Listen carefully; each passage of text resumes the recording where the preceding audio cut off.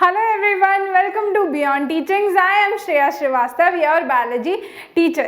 So इसके पहले वाले सेशन में हम क्या कर रहे थे, हम एक्चुअली लाइफ प्रोसेसेस जो क्लास 10th का चैप्टर है उसकी रिवीजन कर रहे थे. ऑलराइट, सो इसके पहले वाले सेशन में हमने ट्रांसपोर्टेशन इन प्लांट्स के बारे में बात करी थी कि ट्रांसपोर्टेशन इन प्लांट्स कैसे पॉसिबल होता है और इसका मैकेनिज्म क्या है. बेसिकली हमने ट्रांसपोर्ट ऑफ वाटर के बारे में सिर्फ बात करी थी. सो आज के सेशन में हम लोग ट्रांसपोर्ट ऑफ फूड और रॉ मटेरियल्स के बारे में बात करेंगे.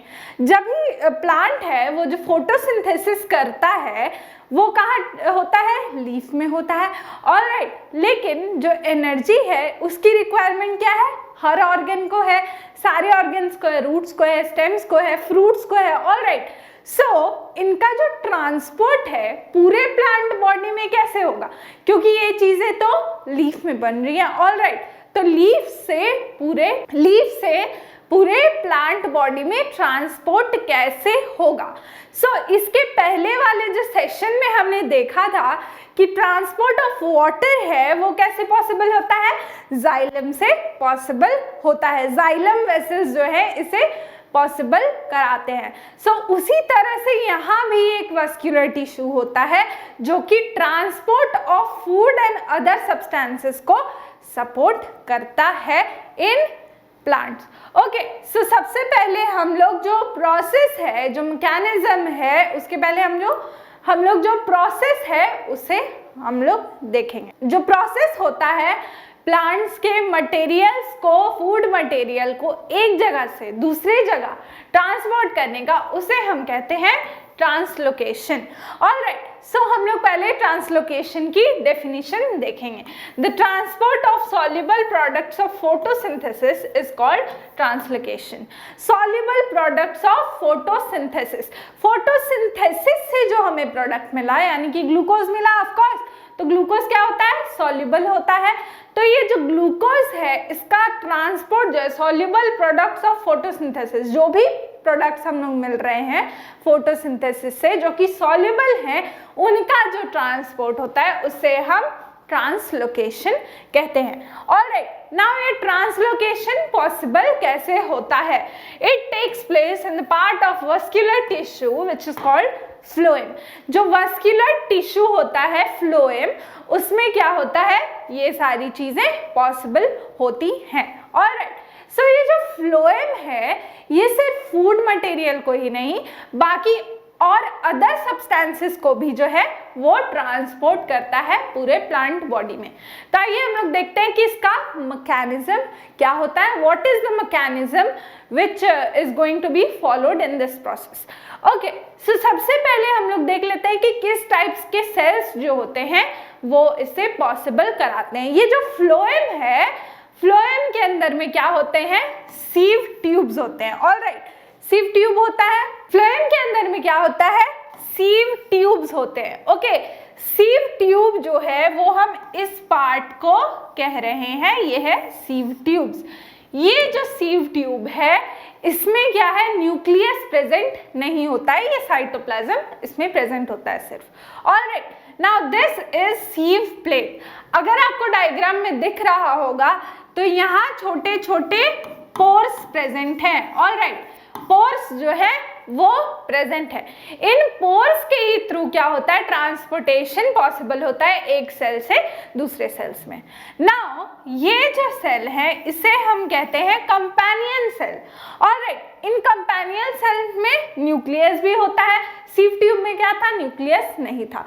इनमें न्यूक्लियस भी होता है एंड क्या होता है, दूसरे ऑर्गेनल्स भी होते हैं, दूसरे सेल ऑर्गेनल्स भी प्रेजेंट होते हैं. ऑलराइट, सो इसका मैकेनिज्म क्या है, ये पॉसिबल कैसे होता है. फर्स्ट ऑफ ऑल, ये जो ट्रांसपोर्ट होता है मटेरियल्स का, तो ये जो फूड मटेरियल है ये कुछ भी नहीं है, ये सिंपली शुगर है, सिंपल शुगर है. ऑलराइट, तो जैसे हमने ट्रांसपोर्ट ऑफ वाटर में देखा था, ट्रांसपोर्ट ऑफ वाटर कैसे था, सिंपल फिजिकल फोर्सेस को यूज करके उसका ट्रांसपोर्ट हो रहा था. यानी कि क्या सक्शन प्रेशर क्रिएट हो रहा था, ऑलराइट, ओस्मोसिस हो रही थी वाटर की रूट्स में, राइट। तो ये सारे क्या है, फिजिकल फेनोमेना है, फिजिकल फोर्सेस हैं जिनको यूज करके वाटर का ट्रांसपोर्ट हो रहा था। लेकिन ये जो फूड का ट्रांसपोर्ट होता है इसमें ऐसा नहीं होता। ये जो फ्लोएम के थ्रू ट्रांसपोर्ट होता है इसमें एनर्जी यूज करनी पड़ती है हमको, बाहर से अलग से एनर्जी लगती है, ऑलराइट। सो मैकेनिज्म जब मैं आप लोगों को बता रही हूँ तो इसमें आपको पता चलेगा कि एनर्जी कहाँ यूज होती है। और तो जो फूड मटेरियल्स जो होते हैं वो क्या होते हैं, मान लेते हैं कि लीव्स में स्टोर्ड है, ऑलराइट। सो ये जो फूड मटेरियल ये क्या है, शुगर के फॉर्म में है।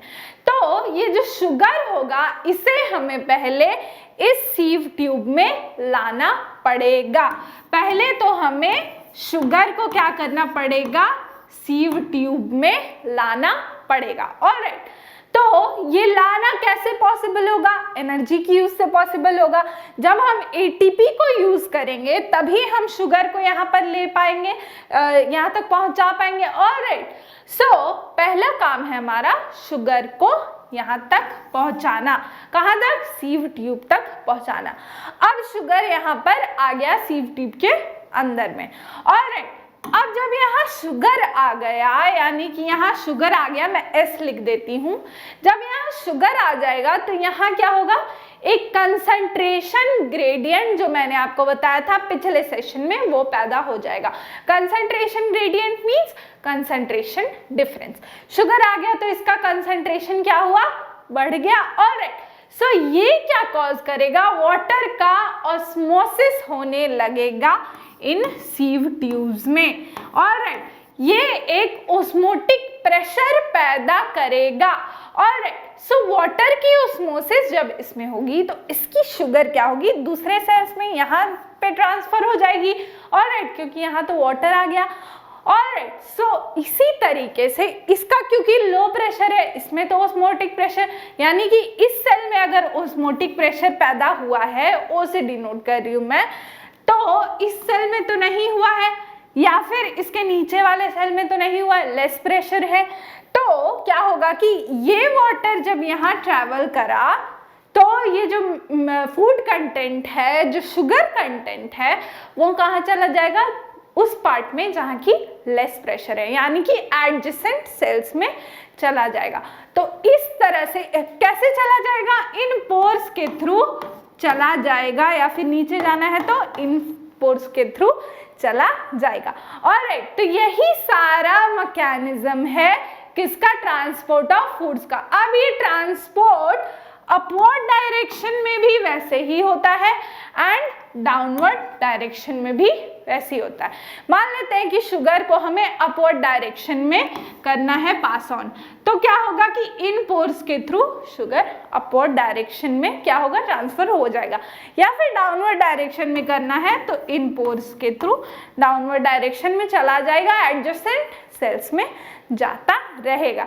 तो यही सारा है मैकेनिज्म ट्रांसपोर्ट ऑफ फूड का, जो कि फ्लोएम के थ्रू होता है। अब ये जो ट्रांसपोर्ट है ये किन पार्ट्स में ज़रूरत होती है, इनकी एनर्जी की किन पार्ट्स को ज़रूरत होती है, फ्लावर्स को होती है, ऑलराइट। जो स्टोरेज ऑर्गन्स होते हैं, यानी कि रूट्स होते हैं, फ्रूट्स होते हैं, जो फ्लावर्स होते हैं, इन सबको एनर्जी की ज़रूरत होती है। For example in spring season क्या होते हैं, बर्डिंग होती है, फ्लावर्स होते हैं प्लांट के, तो ये एनर्जी फ्लावर्स में जाती है एटीपी के थ्रू। शुगर क्या होता है, बर्ड्स में या फिर फ्लावर्स में चले जाता है यूजिंग एटीपी।